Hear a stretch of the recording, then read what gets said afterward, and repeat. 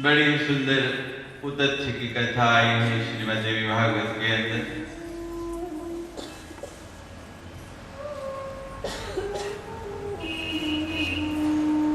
एक ब्राह्मण थी और इच्छा हुई कि संतान हो।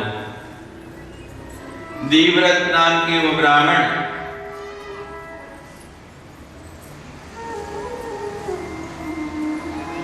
यज्ञ कराया, गोभिल मुनि को आचार्य बनाया कि संतान होने चाहिए, पुत्रेष्टि यज्ञ कराया। बड़ा सुंदर यज्ञ हो रहा। अंतिम दिन यज्ञ का चल रहा है लगातार। कितने दिन मंत्र बोलते बोलते गला थोड़ा रुंध गया, स्वर लड़खड़ा गया और मंत्र कुछ स्पष्ट नहीं बोला। तो ब्राह्मण कहने लगा, महाराज मैंने सकाम यज्ञ कराया है और आप मूर्खों के भांति मंत्र बोले जाते हैं।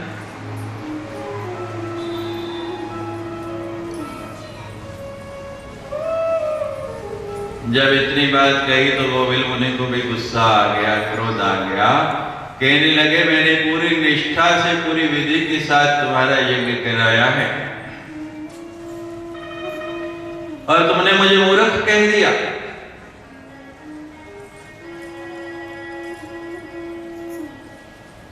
मंत्र बड़ी सावधानी पूर्वक जपना चाहिए। मंत्र थोड़ा भी गलत हो गया तो विपरीत परिणाम हो जाता है। हे रावण आया और राम लक्ष्मण को हर के ले गया विभीषण का वेश बना के।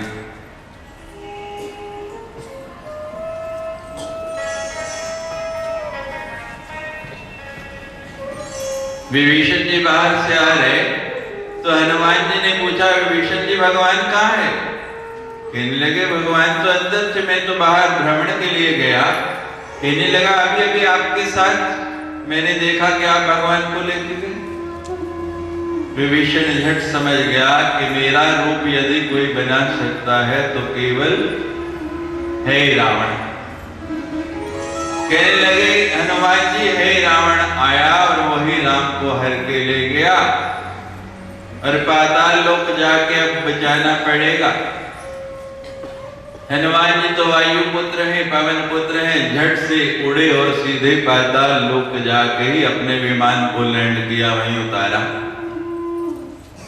अब पहुंच गए तो क्या देखते हैं कि देवी के मंदिर में हे रावण देवी का पुजारी था, रावण शंकर का पुजारी और हे रावण भगवती का पुजारी। उन दोनों भाइयों को वहां रखा है और देवी को बलि देने की तैयारी की जा रही है। अब हनुमान जी तो मां के भक्त हैं, हनुमान चालीसा पढ़ते हैं ना। हनुमान चालीसा में चौपाई आई है, चारों युग परताप तुम्हारा, हे प्रसिद्ध जगत उजियारा। चारों युगों में हनुमान जी हुए। सतयुग में मां के साथ हुए, त्रेता में राम जी के साथ हुए, द्वापर में हुए या नहीं? कहां? दसो। अर्जुन का जो रथ है उसकी जो पताका है उसके ऊपर हनुमान जी विराजमान है द्वापर के अंदर। और कली में कहां है? हिंदू स्वामी तो बड़े औखे औखे सवाल पूछते हैं। अरे वो बैठे हैं, वो पीछे देखो, नहीं दिखे आपको? यत्र यत्र रघुनाथ कीर्तन तत्र तत्र कृतमस्तकांजलिं बाष्पवारी परिपूर्णनेत्रं मारुति राक्षसान्तकम्। जहां जहां भगवान की कथा होती है वहां हनुमान जी आके सबसे पहले विराजमान होते हैं और सबसे बाद में उठ के जाते हैं।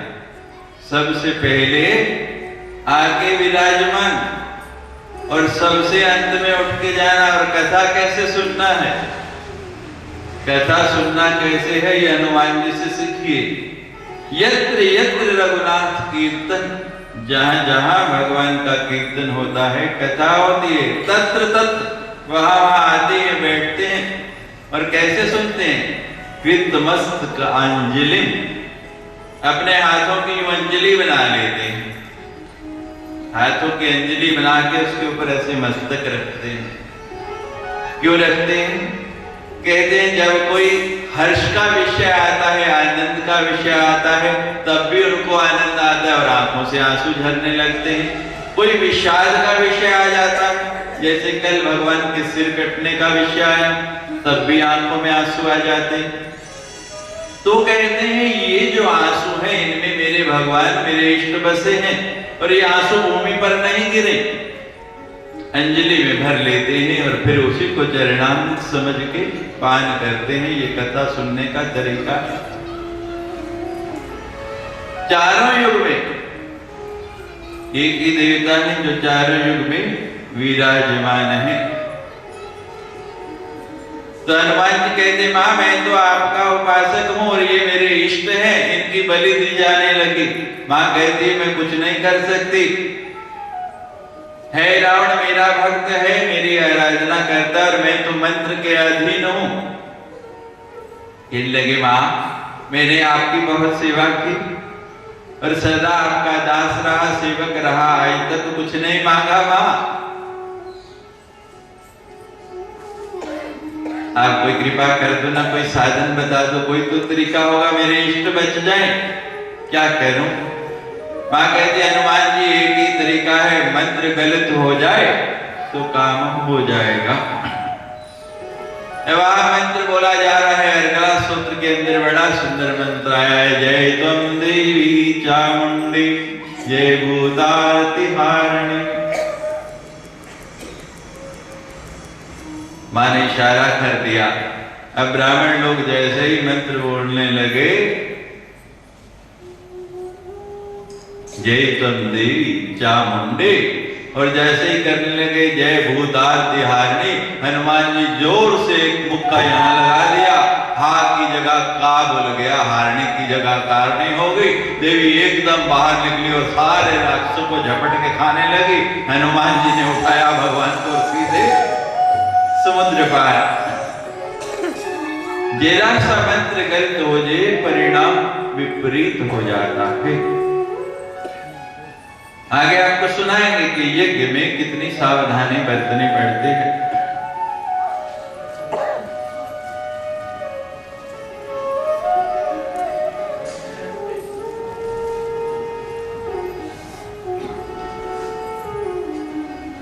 थोड़े समय के लिए संसार से ध्यान हटा के यहां ले आए। पूरा जीवन आपको संसार में ही रहना है। हम तो केवल यहाँ पर मात्र 27 घंटों के लिए आए हैं, उसमें से भी 7 घंटे जा चुके, 20 घंटे हमारे पास केवल बाकी हैं। हम जहां भी जाते हैं और कुछ नहीं मांगते किसी से। कल भी मैंने बताया कि घर से समय निकाल कर कैसे संसार के कार्यों को छोड़ के आज के भौतिक युग में आप यहाँ आए हैं। तो खाली शरीर को लाके नहीं बिठाएं, यहाँ आके सब भूल जाए, सब विस्मृत हो जाए, तभी आप कथा का आनंद ले पाएंगे। माताओं से हाथ जोड़ के प्रार्थना है, कृपया रास्ता छोड़ दे। बहुत जगह है, रास्ता छोड़ के आप बैठे, बार बार उनको कहना नहीं पड़ेगा। आयोजकों को पहले ही रास्ता छोड़ के बैठे, और लाल खतरे का निशान है बीच में, उसमें नहीं बैठना। उसके दोनों तरफ हरियाली ही हरियाली है, उसका आनंद लीजिए। जय जय जय जय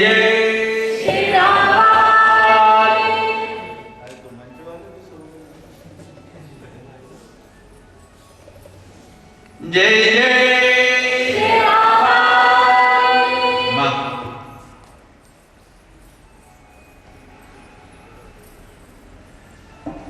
तो गोविल ने कहा कि मैंने पूरी निष्ठा से यज्ञ कराया है और तुमने मुझे श्राप दे दिया, तुमने मुझे मूर्ख कहा, तो तुम्हारे यहाँ जो संतान होगी ना वो महामूर्ख होगी। अब तुम्हारा वो ब्राह्मण बड़ा ही चिंतित हुआ कि ब्राह्मण के यहाँ मूर्ख संतान, उसकी तो सर्वत्र निंदा होगी, उससे तो बिना संतान के रहना अच्छा है। चरण पकड़ लिए, क्षमा मांगने लगा, महाराज गलती होगी, कृपा करें। वो गोविल कहता है मेरा जो श्राप है वो तो मिथ्या हो नहीं सकता, संतान तो मूर्ख ही पैदा होगी, लेकिन समय रहते रहते वो बहुत विद्वान बन जाएगा। अब संतान हुई, पुत्र हुआ, उसका नाम रखा गया उतथ्य। महामूर्ख, बहुत प्रयास किया, हर काम उल्टा करता, बड़े बड़े विद्वान पढ़ाने के लिए लगाए, लेकिन कुछ सीख नहीं पाता, कोई ज्ञान नहीं आता।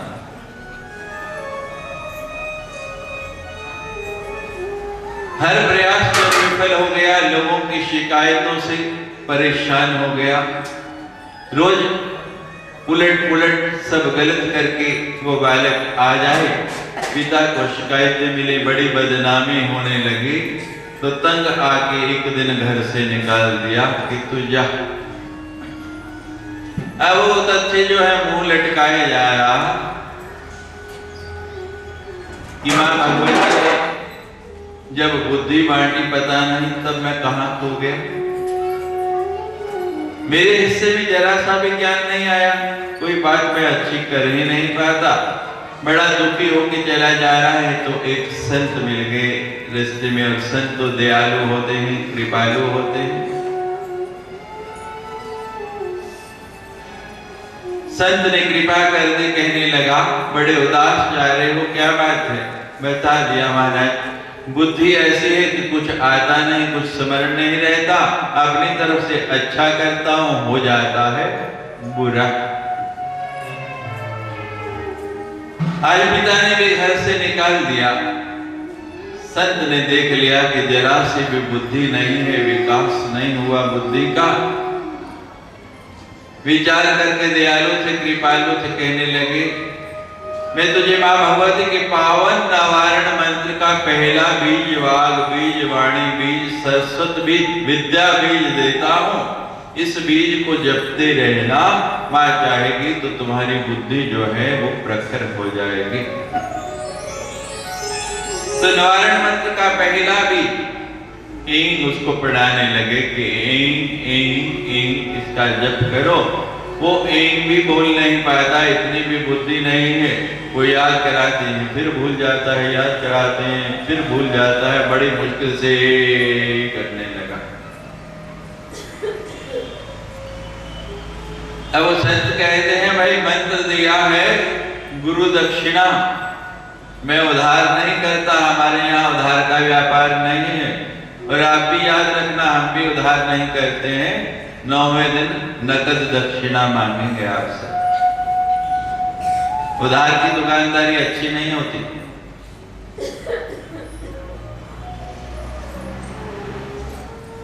कहने लगे महाराज पिता ने घर से निकाल दिया, पास में कुछ है नहीं, दक्षिणा क्या दूं?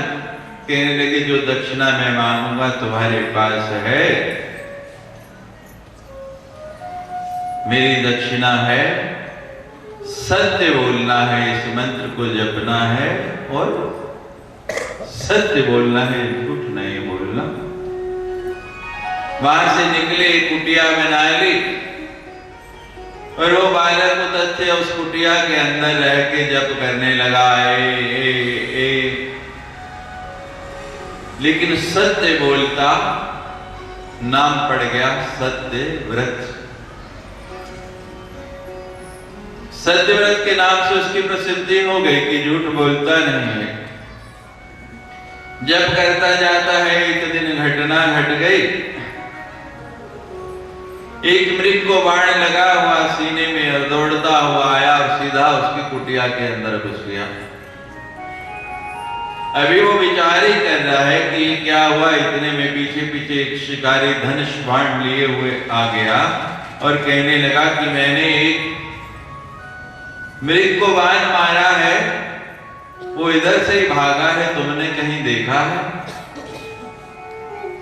अब वो सत्यव्रत इतने समय से मां भगवती का सारस्वत बीज जप रहा है, बुद्धि में थोड़ा ज्ञान हुआ, कुछ समझ आई, विचार आने लगा, विचार दृष्टि की कि अगर मैं सत्य बोल देता हूं तो ये शिकारी हिरण को छोड़ेगा नहीं, उसके प्राण गए, और अगर झूठ बोलता हूं तो गुरु को जो वचन दिया है वो गया।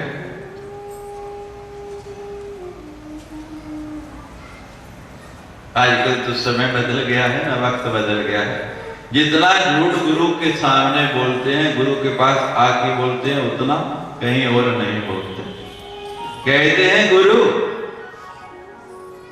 देखते हैं, मत्था नमस्कार करते हैं, दंडवत करते हैं, घर में उसकी फोटो रखी है, पूजा करते हैं, लेकिन जितना असत्य भाषण वहां आकर करते हैं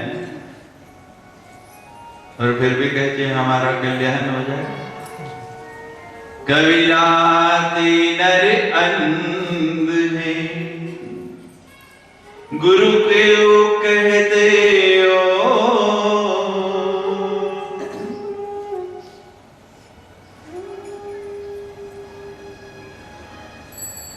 कबीर जी कहते हैं कि वो नर अंधे हैं जिन्होंने अभी गुरु को जाना नहीं, उसके सामने भी असत्य भाषण करते हैं। कविराती नर अंधे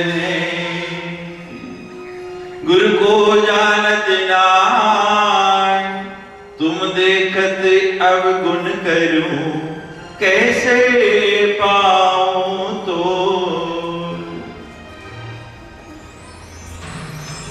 बड़े विचार मगन हो गया, सोच में पड़ गया क्या करना चाहिए। विवेक जागृत हुआ, इतने समय से मां का सारस्वत बीज जप रहे हैं। उस शिकारी से कहने लगे, या ब्रुवे सा न पश्यति, या पश्यति सा न ब्रुवे, या ब्रुवे सा न पश्यति, या पश्यति सा न ब्रुवे, अहो व्याघ्र स्वीकार्यार्थी किम प्रियश्री पुनः पुनः। क्यों व्याघ्र, जो देखती है वो बोलती नहीं, और जो बोलती है उसने देखा नहीं। आंख ने देखा है लेकिन आंख बोलती नहीं, और जीवा बोलती है उसने देखा नहीं। जो बोलती है उसने देखा नहीं, और जिसने देखा है वो बोलती नहीं। बार बार प्रश्न करके मेरा समय क्यों बर्बाद कर रहा है? इनमें से जिसकी भाषा तुझे समझ आती है जान ले। जब इतनी बात कही तो वो जो शिकारी था उसकी जगह साक्षात धवल वस्त्र सफेद परिधान पहने, हाथ में वीणा पुस्तक लिए मां सरस्वती प्रकट हो गई। बोलो सच्ची मां भगवती ने वरदान दिया कि तुमने मेरा मंत्र जपा है, तुम विद्वान हो जाओ। उतत से घर आया, विद्वान बन गया।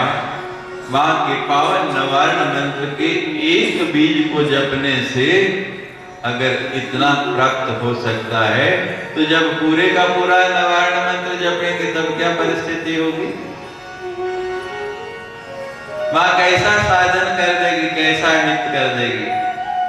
आओ वाणी की देवी मां सरस्वती को प्रणाम करें।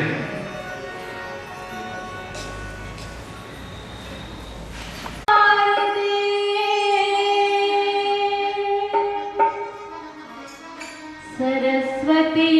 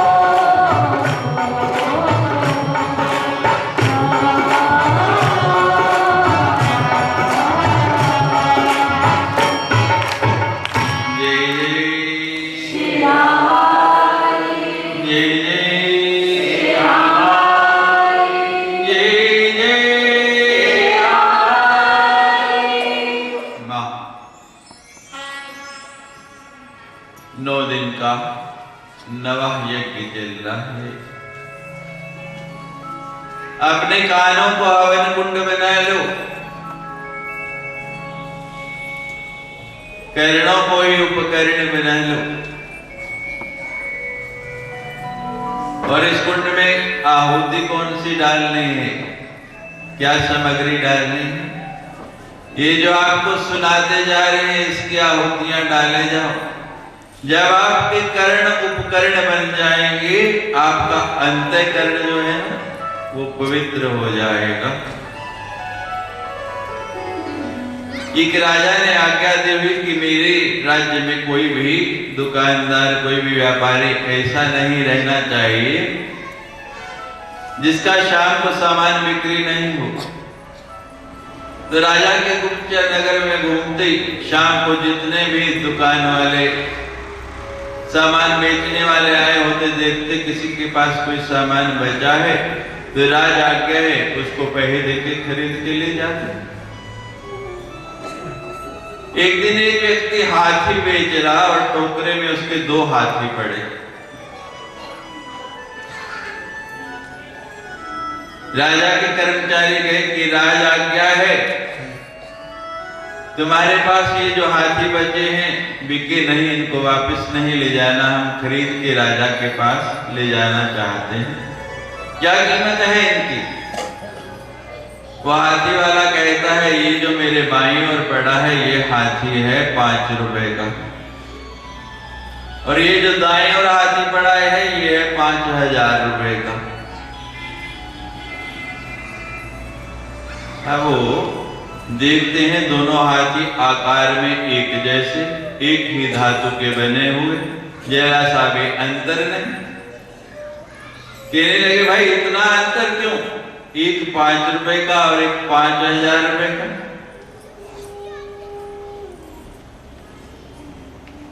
कहने लगे ये मैं तुम्हें नहीं बता सकता। कहने लगे अंतर नहीं बता सकते तो हम खरीदे कैसे? राजा को जाके बताएंगे कि 2 हाथी खरीद के लाए हैं, कितने के? 5005 रुपए के। ओके, ये कौन सा हिसाब हुआ? तो हम कहेंगे एक 5 का एक 5000 का, तो कहेगा इतना अंतर क्यों? 4995 रुपए का कीमत में फर्क है, थोड़ा अंतर तो नहीं।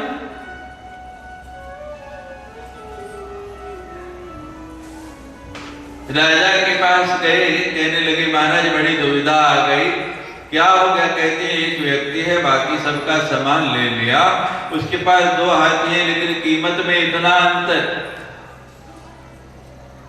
इसलिए नहीं लाए। कहते हैं लेकिन मैंने कहा नियम है कि कोई खाली नहीं जाना चाहिए, क्या अंतर है? वो कहता है तुम्हें नहीं बताऊंगा, जिसकी समझ नहीं आएगी, कोई गुण ग्राहक होगा उसको ही बताऊंगा। जाओ उसको लेके आओ।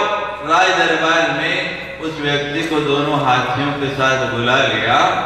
राजा कहने लगे भाई हम तुम्हारे दोनों हाथी खरीदने को तैयार हैं, लेकिन इतना कीमत में अंतर क्यों? वो कहने लगे महाराज आप जो ऊपर से देख रहे हैं दोनों हाथी बिल्कुल एक जैसे हैं, एक धातु के बने हैं, जरा भी अंतर नहीं, लेकिन इनके गुणों में बहुत अंतर है। कीमत वस्तु की है या उसके गुण की है? बोलो, गुण की है। कोई गुण ग्राहक हो उसको ही बताया जाता है। राजा और अचंभे में हो गया कि स्पष्ट बताओ, मुझे समझ नहीं आया। उस हाथी वाले ने दोनों हाथी राजा के सामने रखे, एक तिनका लिया, एक के कान में डाला, इस कान से डाला और इस कान से निकल गया, दूसरे के कान में डाला, तिनका अंदर ही अंदर जाता है, बाहर निकलता नहीं। कहने लगा महाराज ये जिसकी इस कान से तिनका डाला इस कान से निकल गया ये है 5 रुपए का, और जिसके अंदर तिनका समा गया ये है 5000 रुपए का। आप कौन से, 5 रुपए वाले या 5000 वाले? बोलो, 5000 वाले। फिर कभी मौका मिला तो आके पूछेंगे हमने क्या सुनाया, और फिर कभी तो बड़ी दूर है, अभी कथा में जो सुनाया मैं बीच बीच में डेस्क ले लेता हूँ, बीच बीच में पेपर ले जाता हूँ, पता लगने का कौन 5 वाला है और कौन 5000 वाला। लेकिन मान लिया आप सारे 5000 वाले, और हम चाहते भी यही हैं कि सब 5000 वाले नहीं 5 लाख वाले बनो। तो इन करणों को उपकरण बना लो, बड़ी सुंदर ये समिधा सामग्री दी जा रही है, इसका हवन कर लो। ये ज्ञान यज्ञ है, नवाह यज्ञ है। बड़ी ही सुंदर मधुकैटभ वध की कथा आई है।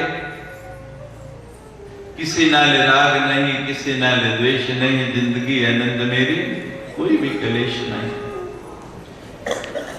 ना किसी से राग ना किसी से द्वेष, तो जिंदगी में आनंद ही आनंद है। जब राग और द्वेष हो गया, राग हो गया तो भी दुख और द्वेष हो गया तो भी दुख। इस वाणी को बोलना सीखो, मीठा बोलो, मधु बोलो। तुलसी मीठे वचन से सुख उपजे चौर,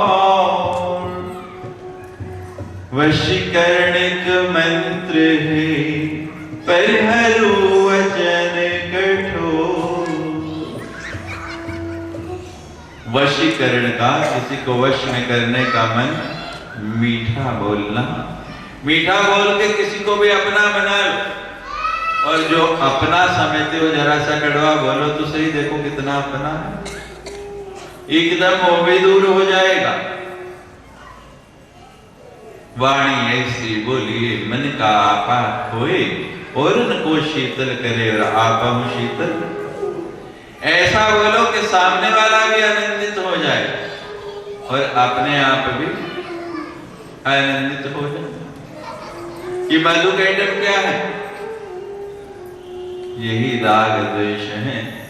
निर्मल मन जन सो मोहि मोहि कपट छल छिद्र न भावा। श्री राम जय राम जय जय राम, श्री राम जय राम जय जय राम। निर्मल मन जन सो मोहि छल छिद्र न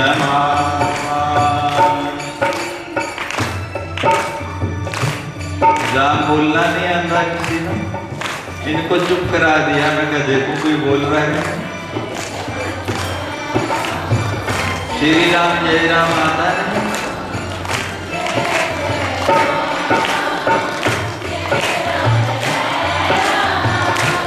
सभी बोलिए,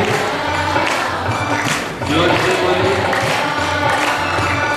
श्री राम जय राम जय जय राम, श्री राम जय राम जय जय राम, श्री राम जय राम जय जय राम, श्री राम जय राम जय जय राम। निर्मल मन जन सो मोहि मोहि कपट छल छिद्र न भावा। श्री राम जय राम जय जय राम, श्री राम जय राम जय जय राम। जब लग हृदय बसत खल नाना, लोभ मोह मत सर मदनाना। श्री राम जय राम जय जय राम, श्री राम जय राम जय जय राम। ममता तरुण तमी अंधियारी, लाभ द्वेष कलुग सुखकारी। श्री राम जय राम जय जय राम, श्री राम जय राम जय जय सत जीव मन माही, जब लग जबी प्रकाश उदयानी। श्री राम जय राम जय जय राम, श्री राम जय राम जय जय राम, श्री राम जय राम जय जय राम, श्री राम जय राम जय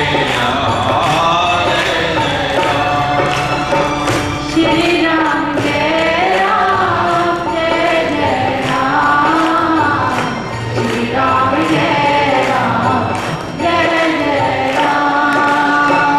भगवान विष्णु शेषशैया पर सोए हैं। सोए सोए कानों के अंदर उंगली डाली, इस कान में उंगली डाल के कान का मल गंदगी जो बाहर फेंकी, देखते ही देखते वो मधु बन गया। इस कान में उंगली डाल के जो गंदगी बाहर फेंकी वो केटब बन गया। जो मीठा बोलो वो मधु और जो कड़वा बोलो वो केटब। प्रधान रूप से 8 दैत्यों की कथाएं आई हैं और ये 8 दैत्य दो विकार हैं। इन दो दैत्यों के वध के साथ दो विकारों को मारना है। मधु कैटब क्या है? राग द्वेष है। राग और द्वेष मधु कैटब का वध हो तो कथा सुनना तब सार्थक है जब राग और द्वेष को आप भी मार डालो। रक्त बीज और महिषासुर का वध हो तो ये है मद और मत्सर। इन दोनों दैत्यों के वध के साथ साथ आपके भीतर का मद और मत्सर समाप्त हो जाए। चंड और मुंड लोभ और मोह है। चंड और मुंड को मारो तो लोभ और मोह मर जाए। और काम क्रोध शुंभ निशुंभ है, जब इनका वध करें तो ये दोनों मर जाएं। मारोगे ना दो दैत्यों को कथा के साथ साथ? बोलो, मुख से बोलो, सिर मत हिलाओ। 15 किलो का सिर हिलाते हैं और मैं तो जिसको एक को देखूंगा वही नजर आएगा। ये 2 ग्राम की जुबान है, इसको हिलाना सीखो ना, इससे बोलो। और मुझे क्या पता लगेगा, हाँ भी करते और ना भी। लोग ऐसे करते हैं, निर्णय नहीं हो पाया। बोलो, मारोगे सच्ची ऊंची? पहले कथा सुन लो फिर कहना।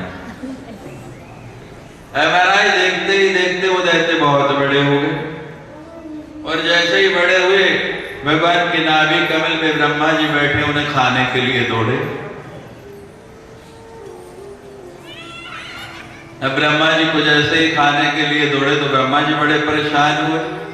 इतने बड़े दैत्य, इनसे मैं तो पार नहीं पाऊंगा, क्या करूं, कैसे इनसे मेरी रक्षा हो? कहते भगवान ही कर सकते हैं। भगवान तो शेषशैया के ऊपर सोए हैं। कल आपने सुना धनुष की नोक पे कैसे सो गए और आज तो शेषशैया है। इतना सुंदर बिछौना है और भगवान मस्त होके सो रहे।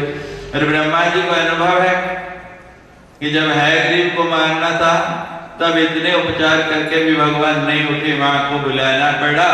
तो आज पहले ही योग निद्रा की स्तुति करते हैं, मां अपनी निद्रा हटा लेगी, भगवान विष्णु उठेंगे और तभी मेरी रक्षा हो पाएगी।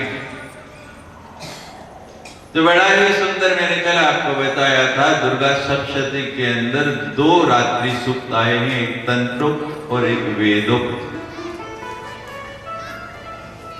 तो यहां तंत्रोक्त स्तोत्र के द्वारा ब्रह्मा जी स्तुति करने लगे,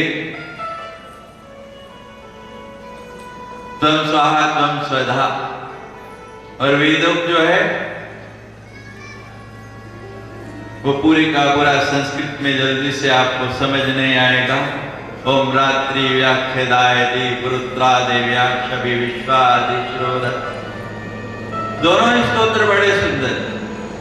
रात्रि को जब नींद नहीं आए तो इस स्तोत्र को पढ़ लो। पढ़ना नहीं आए तो यहाँ हमारे कैसे उपलब्ध है, रात को वो लगा लो, देखो कैसे बजते बजते कैसे सो जाएंगे।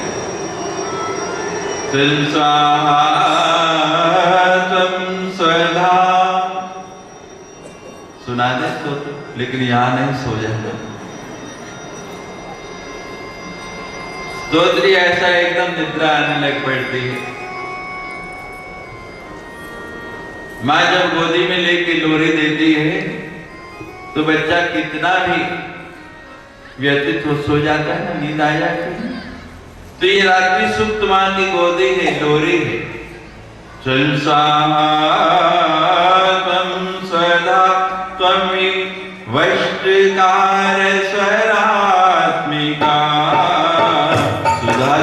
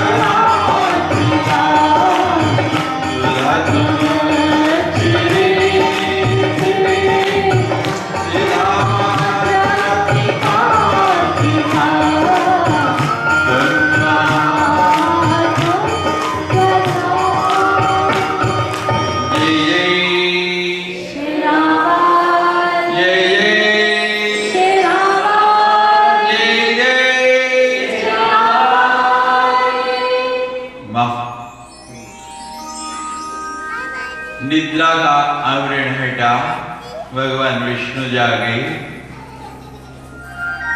ब्रह्मा जी की आवाज हुई, देखा सामने दो असुर और मारने को दौड़ रहे हैं। भगवान सब समझ गए और झट युद्ध के लिए तैयार हो गए। भगवान दैत्यों से युद्ध करने लगे मधुकैटभ से, और युद्ध करते करते करते करते महाराज संसार का सबसे लंबा युद्ध, इससे बड़ा कोई युद्ध नहीं हुआ। मैंने तो पढ़ा नहीं, किसी ने पढ़ा हो तो मुझे बता दें।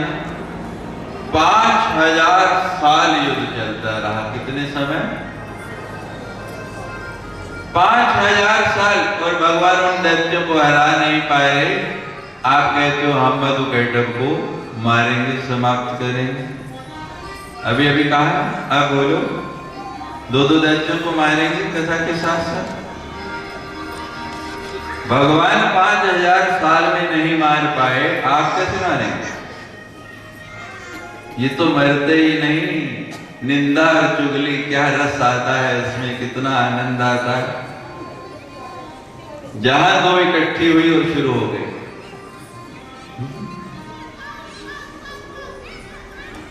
रुकती ही नहीं।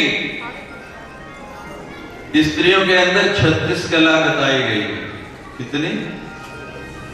36 है। बोलो,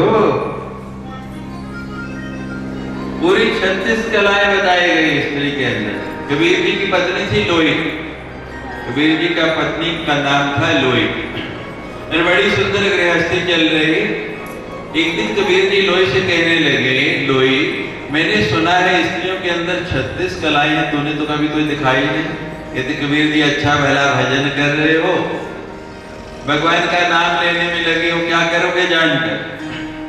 कहते हैं नहीं लोई, संसार में आए हैं तो सब कुछ देखना चाहिए, एक आदि दिखा दो। कहते कबीर जी रहने दो। कहते नहीं, एक आदि बताए दे। कोई बात नहीं, समय आएगा तो बता देंगे। अब कबीर जी तो भूल गए, लेकिन लोई ने याद रखा। कबीर जी का नियम था प्रातः काल उठ के गंगा स्नान के लिए जाना और स्नान करके वापस आना। जब स्नान करने के बाद वापस आके ब्राह्मणों को, महात्माओं को दान देना। आगे हरिश्चंद्र की कथा आएगी, उसमें आप सुनेंगे कि जब तीर्थ में जाके स्नान करो उसके बाद दान करना जरूरी है, तभी उस स्नान का फल प्राप्त होता है। तो महाराज कबीर जी का नियम, वो आते और लोग दान लेके जाते। एक दिन कबीर जी को देरी हो गई आने में, और लोग कहती आज मौका है, जरा कबीर जी को दिखा देते हैं थोड़ा। अब महात्मा आए दान लेने के लिए, कबीर जी घर में नहीं। लोई ने कहा भाई दान वान कुछ नहीं मिलेगा।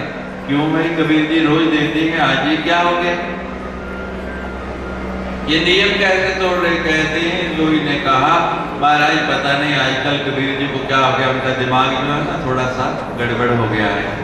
कहते हैं आजकल दान तो देते नहीं, लेकिन जो दान लेने के लिए आता है ना, वो मूसल पड़ा है ना सामने, उसको लेके उसकी पिटाई कर देते हैं। अब महाराज महात्माओं ने कहा पिटाई क्या कराने, कहीं और भिक्षा कर लेंगे। वहां से चले गए। रास्ते में कबीर जी मिले, क्या बात है भाई? कहते महाराज जल्दी में दान मिला नहीं, चलो मैं देता हूँ। नहीं महाराज आज जल्दी में, फिर कभी आएंगे। वो निकल गए। कबीर जी घर आए। लोई क्या बात है, आज महात्मा निराश जा रहे थे, रास्ते में बात भी नहीं की, क्या कह दिया तुमने ऐसा? कहते महाराज मैंने क्या कहना था, लेकिन ये आपके महात्मा है ना बड़े अजीब हैं। कहते क्या हुआ, क्या अजीब बात हो गई? कहने लगे महाराज ये आए ना तो कहते हैं वो जो मूसल पड़ा है ना सामने धान कूटने का, वही दे दो। अब मैंने कहा ये तुम्हें दे दूंगी तो मैं चावल किससे कूटूंगी, धान किससे निकालूं? पहले जमाने में, आजकल तो मिले चल गई, ओखली होती थी, उसमें धान डाल के छिलके सहित चावल डाल के मूसल से कूट कूट के चावल निकालते थे। कहने लगे लोई नया मूसल आ जाता तो भी लोई की लोई रही। महात्माओं को नाराज कर दिया, दे देना था। खैर कोई बात नहीं, दूर नहीं गए, अभी मैं जाके दे आता हूँ। अब कबीर जी ने मूसल उठाया महाराज और निकले। महात्मा नजर आया, आवाज लगी ओ भाई जाते कहाँ हो? मैं मुसल लाया हूं ले जो। और महात्माओं ने देखा महाराज मुसल लेके आ रहे हैं, फिर और तेज दौड़ने लगे, पीछे पीछे कबीर जी, आगे आगे महात्मा। ओ मुसल ले जाओ, लेकिन कौन रुके। बड़ी मुश्किल उनको तो पकड़ने आए, हाँफते हाँफते घर आए।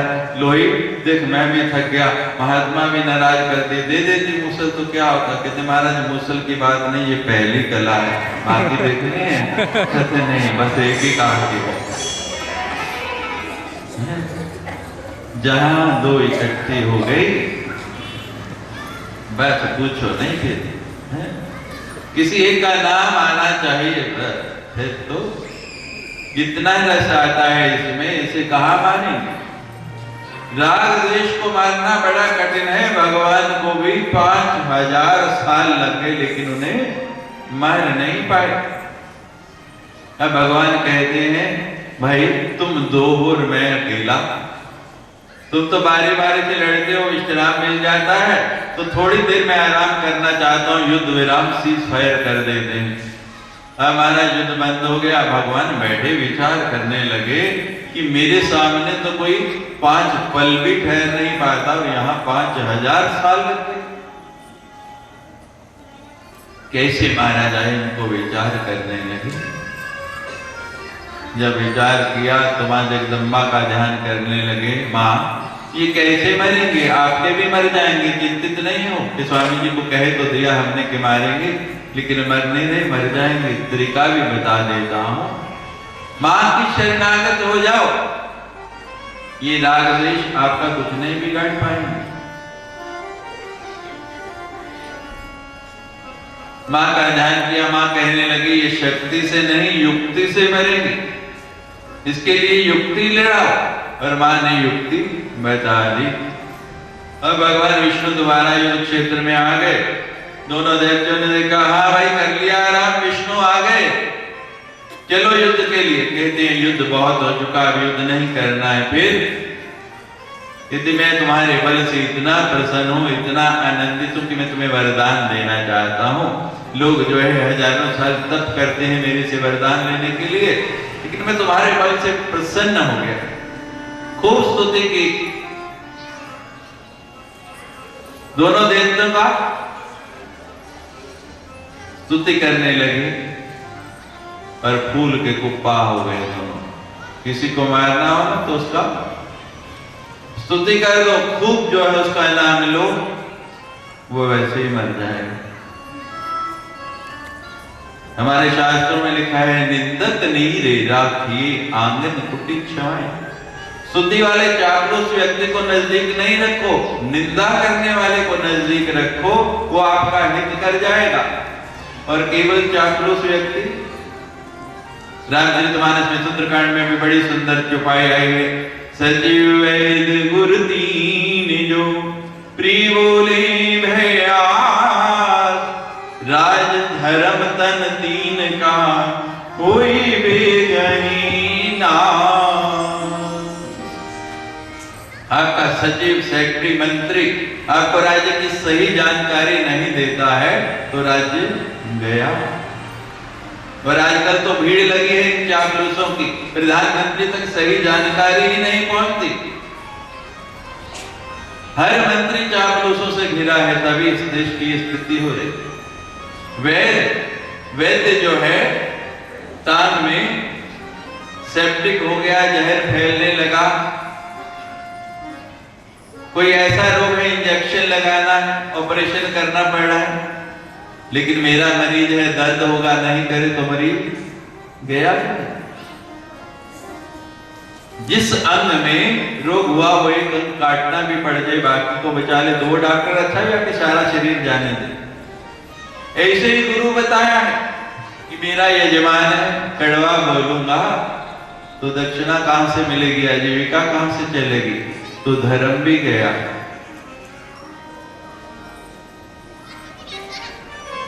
इसलिए निंदा करने वाले को निकट रखो।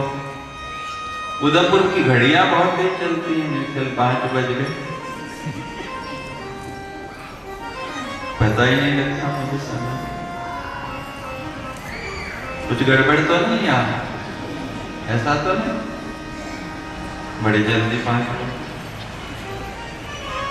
अभी तो पराशर की कथा करनी है, बहुत लंबी गंगा महाविष्णु। जय जय श्री राम, जय जय श्री राम, जय जय। खूब प्रशंसा कर दी तो दैत्य कहने लगा, विष्णु तू हमें क्या वरदान देगा?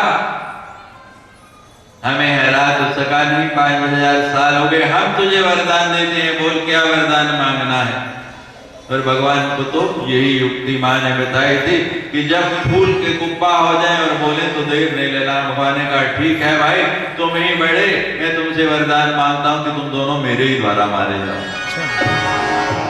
अब तुम्हारा दुविधा खड़ी हो गई, कहने लगे हमें वहां मारना, ना जहां जल हो, ना थल हो, ना सूखा हो, ना गीला हो, ना दिन हो ना रात हो।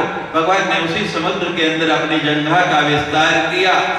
दैत्य बढ़ते गए, लेकिन पूरे समुद्र को भगवान ने अपनी जांघ से आवृत कर लिया। संध्या का समय है, भगवान ने दोनों को कहा ये देखो ना सूखा ही ना गीला है, इसके ऊपर अपना सिर रख दो। दोनों दैत्यों ने सिर रख दिया। भगवान ने सुदर्शन चक्र चला के दोनों के सिर काट दिए। उनके शरीर से जो मांस मज्जा निकली उससे ही ये पृथ्वी बनी, मेदिनी कहलाई। पृथ्वी पर सृष्टि कैसे हुई ये आपको कल सुनाएंगे। जय जय श्री राम, जय जय जय जय।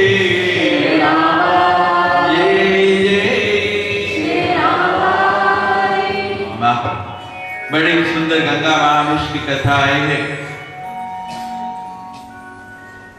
देवलोक में देवताओं की सभा लगी है। सब देवता आके अपना अपना आसन ग्रहण कर रहे हैं। वहां महाविष्णु बैठे हैं और गंगा का पदार्पण होता है।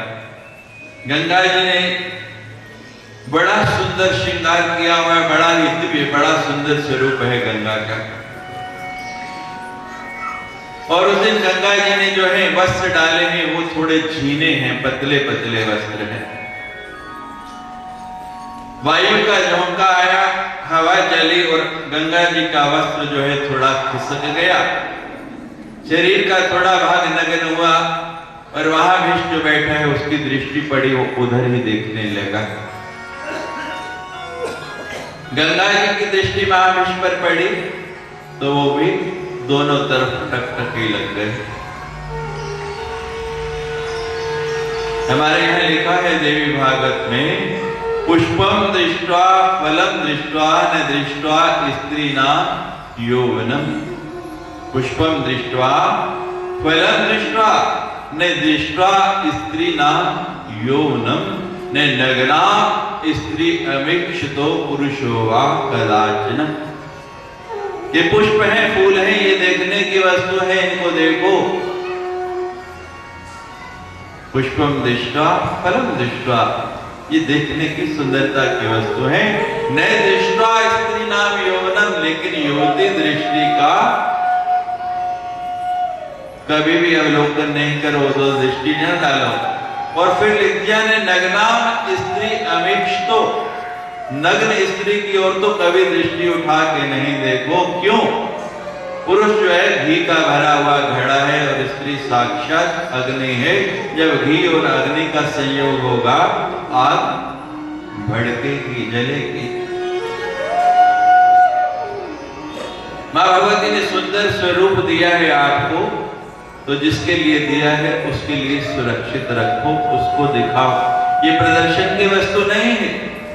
आप फल वाले के पास जाते हैं, फल वाला जो फल बेचने होते हैं उनको तो सामने सजा के रखता है दुकान में, लेकिन जो बढ़िया बढ़िया फल होते हैं उनको अंदर रखता है। कोई रोज का ग्राहक, कोई परिचित व्यक्ति आता है तो फिर उसको अंदर से निकाल के देता है। तो ये जिसके लिए सुरक्षित है केवल उसको ही दिखाना है, इसका प्रदर्शन नहीं करना। ब्रह्मा जी ने देखा दोनों एक दूसरे को निहार रहे हैं, दृष्टि पड़ रही, श्राप दे दिया कि तुमने देवलोक का नियम भंग किया है, तुम दोनों को मृत्यु लोक में जाना पड़ेगा। दोनों को श्राप हो गया।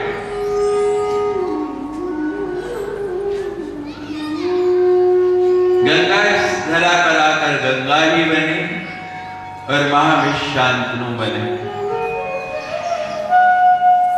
उधर देवलोक में एक घटना और घट गई। हमारे अष्ट वसु हैं, उन वसुओं में जो सबसे बड़ा वसु है उसका नाम है द्यो। उस द्यो की जो पत्नी है एक दिन कहने लगी देव से, अपने पति से, कि मेरी सहेली का विवाह है और मैं चाहती हूँ उसके विवाह में कोई सुंदर सा तोहफा, कोई सुंदर सा प्रेजेंट, बढ़िया सा गिफ्ट दूं कि वो प्रसन्न हो जाए। आपके भी सहेली का विवाह हो तो देते हैं कि नहीं देते हैं? बोलो, फिर बोलो। मैंने कहा थोड़ा इसको हिलाना सीख लो, बूढ़े लोग ऐसे ऐसे करते रहते हैं, आप तो सब जवान, मुख से बोलना सीखो। कितनी सुंदर वाणी दी है, 84 लाख योनियों में वाणी शब्द की शक्ति किसको दी? मानो केवल मनुष्य को। बोलना सीखो, जो गूंगे हैं उनको छोड़ के सब बोला करो। जब जय बुलाई जाए तब भी, और जब पूछा जाए तब भी। तो आप अपनी सहेलियों को प्रेजेंट देते हैं या नहीं विवाह में? हाँ जी। तो कहने लगा जो हमारे यहाँ कोई कमी है, जो तेरी इच्छा है, जो मन करे वो दे दो। कि नहीं, मेरी बड़ी पक्की सहेली, मैं चाहती हूँ कोई बहुत बढ़िया प्रेजेंट दूं, उसके लिए आपकी इजाजत ले लें। तो मैंने तुझे कभी मना किया? जो मन करे दे दे। वो कहे नहीं, वो घर में नहीं है ना, आप ही ला के दे सकते हैं। ऐसी क्या वस्तु है जो हमारे घर में नहीं?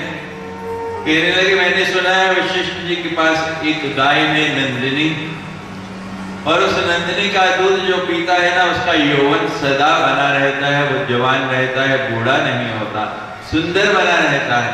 तो मैं चाहती हूँ कि अपनी सहेली को वो गाय दूं, वो उसका दूध पीती रहे, सदा युवा और सुंदरी रहे, और जब जब उस गाय का दूध पिएगी तब तब मुझे याद करेगी कि कितना बढ़िया गिफ्ट दिया, कितना सुंदर प्रेजेंट दिया मेरी सहेली ने।